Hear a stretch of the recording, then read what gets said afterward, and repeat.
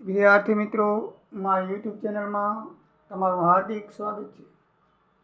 આજે આપણે cloud accounting 2 unit 1 હિસાબી લેણા વિશે ચર્ચા કરશું. મિત્રો, ગયા સત્રમાં તમે ક્લાઉડ એકાઉન્ટિંગ 1 જોઈ ગયા હશો. હવે આગળ આપણે બીજા ભાગની અંદર હિસાબી લેણા વિશે સમજવાનું છે. આ વિષય ગુજરાત યુનિવર્સિટીના વિદ્યાર્થીઓ માટે દાખલ કરવામાં આવેલો છે. Education policy, national education policy અને ટૂંકમાં NEP 2020 કહે છે. એટલે રાષ્ટ્રીય શિક્ષણ નીતિ 2020 પ્રમાણે વિદ્યાર્થીઓને એકાઉન્ટિંગમાં સારી રીતે જ્ઞાન મળે અને આજના આધુનિક ટેકનોલોજી યુગની અંદર એકાઉન્ટિંગ જ્ઞાન ઉપરાંત ટેકનોલોજી જ્ઞાન કેવી રીતે મળી શકે અને એનો ઉપયોગ એકાઉન્ટિંગમાં કઈ રીતે કરી શકાય, એના માટે આ વિષય દાખલ કરવામાં આવ્યો છે. તો મિત્રો, આ વિષય ક્લાઉડ એકાઉન્ટ શું છે તે જોઈએ. ક્લાઉડ એકાઉન્ટ ચાણક્ય નીતિમાં એક શ્લોક છે, વિદ્યાદતાતિ વિનયમ વિનયાદયાતિ પાતતા પાતત્વાત ધર્માપ્રોતિ ધનાત ધર્મ તતઃ સુખમ. એટલે કે વિદ્યા એટલે જ્ઞાનથી, દદામી એટલે આપે છે, આવે છે. વિનયમ એટલે વિનમ્રતા, વિદ્યાથી તમારામાં વિનમ્રતા આવે છે અને વિનમ્રતાથી આપણામાં પાત્રતા, યોગ્ય પાત્રતા આવે છે. વિનયાદ યાતિ પાત્રતામાં આપણાને યોગ્ય પાત્રતા આવે છે. અને યોગ્ય પાત્ર થઈએ, આપણે બરાબર જ્ઞાન સંપન્ન થઈએ તો ધન પ્રાપ્ત હોતી, પ્રાપ્તત્વાત ધન પ્રાપ્ત હોતી, એટલે કે ધન મળે છે. અને ધનથી ધનાત ધર્મ તતઃ સુખમ, અને ધનથી આપણને સુખ મળે છે. તો મિત્રો, આ ચાણક્યનો આ શ્લોક જ્ઞાનની શક્તિ પર ભાર મૂકે છે. વ્યક્તિનું જ્ઞાન કે વિદ્યા માત્ર વ્યક્તિની ક્ષમતાઓ વધારવા માટે નથી, પરંતુ સફળતાના માર્ગને આકાર આપવા માટે પણ જરૂરી છે, જે આજના સમયમાં ખૂબ જ જરૂરી છે. આધુનિક યુગમાં ફક્ત એકાઉન્ટનું જ્ઞાન પૂરતું નથી. તેની નવી તકનીકો આજના ડિજિટલ યુગમાં ટેકનોલોજી આધારિત જ્ઞાન ક્લાઉડ એકાઉન્ટિંગ આપે છે. તેનો ઉપયોગ વ્યવસાયિક જીવનમાં કેવી રીતે કરવો તે સ્પષ્ટ બતાવે છે. તે વિદ્યાર્થીઓને માત્ર એકાઉન્ટિંગના ટેકનિકલ પાસાઓ નહીં, પણ નવી તકનીકો કઈ રીતે ઉપયોગમાં લેવી અને તેના કારણે તેમના વૈશ્વિક જીવનમાં કઈ રીતે ફરક પડશે તે એકદમ બખૂબી સમજાવે છે. આજના ઝડપી વિકસતા વિશ્વમાં, ખાસ કરીને એકાઉન્ટિંગ જેવા ક્ષેત્રોમાં, વ્યવસાયિકો માટે માત્ર પરંપરાગત પદ્ધતિ નિપુણતા નહીં, પરંતુ નવી તકનીકનો ઉપયોગ પણ જરૂરી છે. ક્લાઉડ એકાઉન્ટ જે નાણાકીય માહિતીની નોંધ અને વિશ્લેષણ કરવાની રીતમાં પરિવર્તન લાવી રહ્યું છે. પરંપરાગત પદ્ધતિથી આ નવીનીકરણોમાં આ પદ્ધતિ મુખ્ય ભૂમિકા ભજવે છે.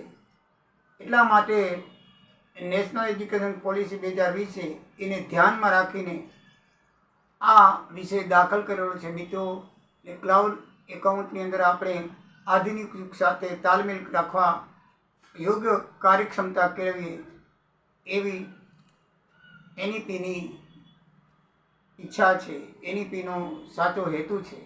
તો આપણે એ વિષયને પ્રારંભ કરતા સૌથી પહેલાં પ્રકરણ નંબર 1 યુનિટ 1 હિસાબી લેણા વિશે, એકાઉન્ટ રિસીવેબલ હિસાબી લેણા વિશે આપણે ચર્ચા કરીએ. તો હિસાબી લેણા શું છે એના ઉપર ચર્ચા કરીએ. તો હિસાબી લેણા એ કોઈ વ્યવસાય અથવા વ્યક્તિ દ્વારા તેમના ગ્રાહકો અથવા દેવાદારો પાસેથી પ્રાપ્ત થતી રકમ છે. હિસાબી લેણા એ કંપનીની કાર્યવાહી, મૂડી અને રોકડ પ્રવાહ સંચાલનનો એક મહત્વનો પૂર્ણ ઘટક છે, જે કોઈ વ્યવસાય કે વ્યક્તિ દ્વારા તેમના ગ્રાહકો અથવા દેવાદારો પાસેથી પ્રાપ્ત થતી રકમ છે. આપણે ધંધો કરતા હોઈએ અને ધંધામાંના ગ્રાહકો હોય, એના જે દેવાદાર હોય, એ આપણી મિલકત છે. તેઓ આપણી કંપની દ્વારા ગ્રાહકોને આપવાવાળા ધિરાણનું પ્રતિનિધિત્વ કરે છે અને આપણી મિલકતો હોવાથી તે પાકા સળિયામાં આપણે એને મિલકત તરીકે દર્શાવવામાં આવે છે. કોઈ પણ ધંધો હોય તો આપણા જે દેવાદારો છે, આપણા જે ગ્રાહકો છે, એ આપણી મિલકત છે. હિસાબી લેણાનું કઈ રીતે સંચાલન કરવું? તો હિસાબી લેણાનું સંચાલન ગ્રાહકો અથવા દેવાદારો પાસેથી બાકી રકમનું સંચાલન કરવા, એકત્રિત કરવા માટે વ્યવસાય દ્વારા અમલમાં મૂકેલી પ્રક્રિયાઓ અને વ્યૂહરચનાઓનો સંદર્ભ આપે છે. આપણે કોઈ પણ ગ્રાહકને માલ આપીએ તો એની પાસેથી પૈસા કેવી રીતે મેળવવા, એના માટે આપણી પાસે વ્યૂહરચના હોય છે. એ વ્યૂહરચનાના સંદર્ભ એ હિસાબી લેણામાં આપણને હિસાબી લેણા સંચાલનમાં આપણને સમજાવવામાં આવે છે. અસરકારક હિસાબી લેણા સંચાલન સુનિશ્ચિત કરે છે ધંધામાં રોકાણનું પ્રમાણ જળવાઈ રહે અને દેવાને ઘટાડી શકાય એવી કાર્યદક્ષતા હિસાબી લેણા સંચાલન આપણને આપે છે. હિસાબી લેણાના સંચાલનથી આપણે ગ્રાહકો પાસેથી કેવી રીતે બાકી પૈસા ઉઘરાવવા અને કેવી રીતે એની પાસેથી જેમ બને તેમ આપણે ટાઈમ લિમિટ આપી હોય તે લિમિટની અંદર પૈસા લેવા અને ધંધાની અંદર પૈસાની રોકડની તરલતા જાળવી રહે એ હિસાબી લેણા સંચાલન આપણને શીખવે છે. હિસાબી લેણા સંચાલનના મુખ્ય ઘટકો છે ગ્રાહકો માટે સાખ. તો ગ્રાહકોને નિયમ અને શરતોને સ્થાપિત કરી અને આપણે માલ આપવો જોઈએ. કોઈ પણ ગ્રાહકોએ માલ લેવા આવે, સાખ ઉપર ક્રેડિટ પર આપે તો આપણે 1 કે 2 મહિના કે જેવી આપણી કેપેસિટી એ પ્રમાણે એને નિયમ મુજબ અને શરતો એને જણાવી જોઈએ કે ભાઈ તમે આટલી નિયમ અને આ શરત મુજબ તમે રકમ પરત કરશો તો તમને કોઈ વાંધો નથી, નહીં તો તમને દંડનીય વ્યાજ ભરવું પડશે અથવા આટલું દંડ ભરવો પડશે. એવી રીતે આપણે ગ્રાહકને સમજાવવું પડે છે અને શરતોને નિયમો જણાવવી પડે છે. પછી છે સાખ વિશ્લેષણ. એટલે આપણે ગમે તે માણસને આપણે ઉધાર આપતા નથી. પહેલાં એની ક્રેડિટ છે કે નહીં આપણે જોવું પડે, એની પાત્રતાનું મૂલ્યાંકન કરવું પડે, એનું વિશ્લેષણ કરવું પડે.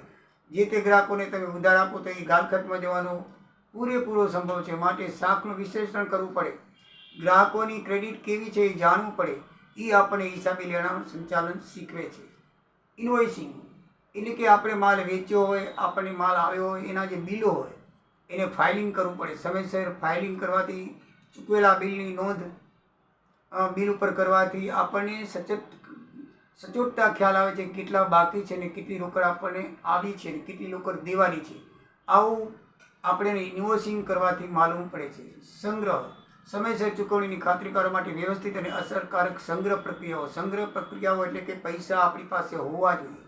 સમયસર વ્યક્તિના દેવા ચૂકવવા માટે અને સમયસર ખરીદી કરવા માટે આપણી પાસે પૈસાનો સંગ્રહ હોવો જોઈએ. પૈસાનો સંગ્રહ કેવી રીતે થાય એ આપણે હિસાબી લેણા સંચાલન દ્વારા શીખવા મળે છે.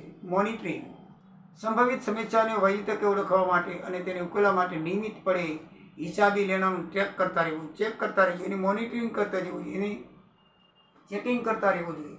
એમને માલ શાક ઉપર દીધે રાખવાનો, પછી ઉધાર વ્યક્તિને દીધેલ માલનું આપણે ઉઘરાણી નહીં કરવાનું. અને કોઈ એવો ગ્રાહક હોય તો આપણે એને ન પૈસા આપતો હોય તો એને એમને મૂકી દેવું કે ગાલખાતમાં જવા દેવું, એવું ના હોવું જોઈએ. જેમ બને તેમ ગાલખાત ઓછી થાય અને સારા ગ્રાહકોને સારી, ભલે વેપાર ઓછો થાય પણ સારા ગ્રાહકોને સારી ક્રેડિટ ધરાવતા માણસોને જ આપણે વેપાર આપણે માલ આપવો જોઈએ. અને એનું મોનિટરિંગ કરવું જોઈએ કે કેટલા પૈસા બાકી છે, કયો ગ્રાહક આપણને હજી આપ્યું નથી, કયા ગ્રાહકને આપણે મુદત વીતી ગઈ છે. આવું બધું મોનિટરિંગ કરવાથી આપણા ધંધાનું સંચાલન કેવી રીતે થાય એ હિસાબી લેણા સંચાલન દ્વારા આપણને શીખવા મળે છે. રિપોર્ટિંગ હિસાબી લેણા સંચાલન કામગીરીના સત્તાનું વિશ્લેષણ કરવા માટે વિગતવાર રેકોર્ડ જાળવા જોઈએ. એ રેકોર્ડને જનરેટ કરવા જોઈએ અને રેકોર્ડ દ્વારા આપણી ધંધાની શાખ અથવા ધંધાની મિલકત અથવા ધંધાની રોકડ કેટલી છે એ આપણે જાણવું જોઈએ. એના પછી આવે છે હિસાબી લેણા સંચાલનનું મહત્ત્વ શું છે. રોકડ પ્રવાહ સંચાલન એક છે. તો મિત્રો, ધંધાની અંદર રોકડ પ્રવાહિતા યોગ્ય રહેવી જોઈએ. રોકડથી જ ધંધો થાય છે. રોકડ જ્યારે આપણે ક્રેડિટ હોય, આપણે લીધેલા માલ સમયસર પૈસા ચૂકવીને આપણે દીધેલો વેચેલો માલના સમયસર પૈસા આવતા હોય, એમ રોકડ પ્રવાહ આપણે જળવાઈ રહેતો હોય. આપણે દેવાના છે એ પૈસા દઈ શકીએ અને આવવાના પૈસાની ટાઈમસર આવી જાય. એવી રીતે આપણે નાણાંની પ્રવાહિતા ધંધાની અંદર જાળવવી પડે છે. પ્રવાહિતા જાળવવા માટે હિસાબી લેણા વસ્તુના સમયસર સંગ્રહની ખાતરી કરવી જરૂરી છે. વ્યવસાયને તેમના પોતાના બિલ ચૂકવવા, વૃદ્ધિમાં રોકાણ કરવું, રોજબરોજની કામગીરીનું સંચાલન કરવા માટે રોકડની જરૂર હોય છે. અને રોકડની જરૂરિયાત ઊભી થવા માટે આપણે યોગ્ય સંચાલન કરવું જોઈએ. જો વિલંબિત સંગ્રહ રોકડ પ્રવાહની સમસ્યાઓ તરફ દોડી જાય છે. આપણે જો બહુ મોડેથી આપણી પાસે રોકડ ન હોય, માલ રોકડેથી લઈ આવ્યા હોઈએ અથવા ક્રેડિટ ઉપર લઈ આવ્યા હોય અને માલ આપણે ક્રેડિટ ઉપર વેચેલો રહે, એનું જો એનો જો ક્રેડિટ ઉપર વેચેલા માલનો જો પરત નાણાં ન થતા હોય તો એ આપણને ધંધાની અંદર ખૂબ તકલીફ પડે છે. રોકડ પ્રવાહની સમસ્યા એ ધંધાની નુકસાનકારકતા છે. એટલે ધંધાની અંદર આપણને ઘણી બધી મુશ્કેલીઓ વેઠવી પડે છે, સમસ્યાઓ ઊભી કરે છે. માટે રોકડ પ્રવાહનું સંચાલન કેવી રીતે કરવું એ હિસાબી લેણા સંચાલનમાં જાણવા મળે છે. નફાકારકતા. હિસાબી લેણાનું યોગ્ય સંચાલન ખરાબ દેવાને ઘટાડી શકાય છે. ખરાબ દેવા વ્યવસાય નુકસાનનું પ્રતિનિધિત્વ કરે છે, નફાકારકતાને સીધી અસર કરે છે. એટલે કે નફાકારકતાની અંદર ધ્યાનમાં રાખવું જોઈએ કે જેવા તેવા ગ્રાહકોને આપણે શાક ઉપર જો વેચાણ કરેલું હોય તો તેના પૈસા પરત આવતા નથી. એટલે ખરાબ દેવાને ઘટાડીને આપણી નફાકારકતા વધારી દેવામાં આવે છે. અને કાર્યક્ષમ હિસાબી લેણા સંચાલન સંગ્રહ માટે સંચાલન ખર્ચને પણ ઘટાડી શકાય છે. જેમ કે વહીવટી ખર્ચ અને ધિરાણ ખર્ચ આપણે ઓછું કરી શકાય છે. જેમ બને તેમ વહીવટી ખર્ચ ઓછો થાય એવી આપણે ધ્યાનમાં રાખવાની બાબતો હિસાબી લેણા સંચાલન સૂચવે છે. ત્રીજું છે ગ્રાહક સંબંધ. ગ્રાહક સંબંધો. આપણે ગ્રાહકો જોડે સારા સંબંધ રાખવા જોઈએ અને સારા સંબંધો જાળવવા જોઈએ. આપણે ગ્રાહક જોડે ક્યારે પણ ઝઘડી કરવું જ ના જોઈએ. ગ્રાહક એ જ આપણા ભગવાન છે એવી રીતે માનવું જોઈએ. ધંધાનો મુખ્ય હેતુ છે. ધિરાણ આપવું એ માત્ર લાભ હોઈ શકે, પરંતુ જેવા તેવાઓને આપણે ધિરાણ આપવું ન જોઈએ. વસૂલાતની સમસ્યાઓ ઊભી થાય એવા કારણો જો ઊભા થાય તો તેવું ધિરાણ આપી શકાય નહીં. તો એને ધિરાણ એવી વ્યક્તિને આપવું કે જે આપણે પરત આપવાની પૂરેપૂરી શાખ ધરાવતો હોય, પૂરેપૂરી શક્તિ ધરાવતો હોય એવાને જ આપવું જોઈએ. જેથી આપણે ધંધો કરવાની અંદર કોઈ નુકસાન અથવા કોઈ સમસ્યા ન નડે અને આપણું નફાકારકતા જળવાઈ રહે એવો ગ્રાહક જોડે સંબંધ બાંધવો જોઈએ. નાણાકીય સ્થિરતા. ધિરાણકર્તાઓ અને રોકાણકારો નાણાકીય સ્વાસ્થ્યના માપદંડ તરીકે હિસાબી લેણાને જુએ છે. આપણા ધંધાને કોઈ લોન બેંક દ્વારા મેળવી હોય તો પહેલાં એ આપણી બેલેન્સ શીટ જોઈએ છે. બેલેન્સ શીટની અંદર આપણી પ્રવાહિતા નાણાકીય અને મિલકતો કેટલી છે એ જોઈને આપણને લોન મળે છે. એટલે કે નાણાકીય સ્થિરતા છે એ આપણી સદ્ધરતા છે. અને નાણાકીય સ્થિરતા બરાબર હશે તો આપણને ક્રેડિટ મળશે અને ક્રેડિટ આપણને ધિરાણ મેળવવામાં સુરક્ષિત કરવામાં મદદ કરશે. તો નાણાકીય સ્થિરતા આપણી કેવી રીતે જાળવી રાખવી, કેવી રીતે હોવી જોઈએ, હિસાબી નાણાં સંચાલન દ્વારા આપણને સમજવા મળે છે. ઓપરેશનલ કાર્યક્ષમતા. સુવ્યવસ્થિત પ્રાપ્તિ પ્રક્રિયાઓ ફાઇનાન્શિયલ ટીમ પરના વહીવટી બોજને ઘટાડે છે.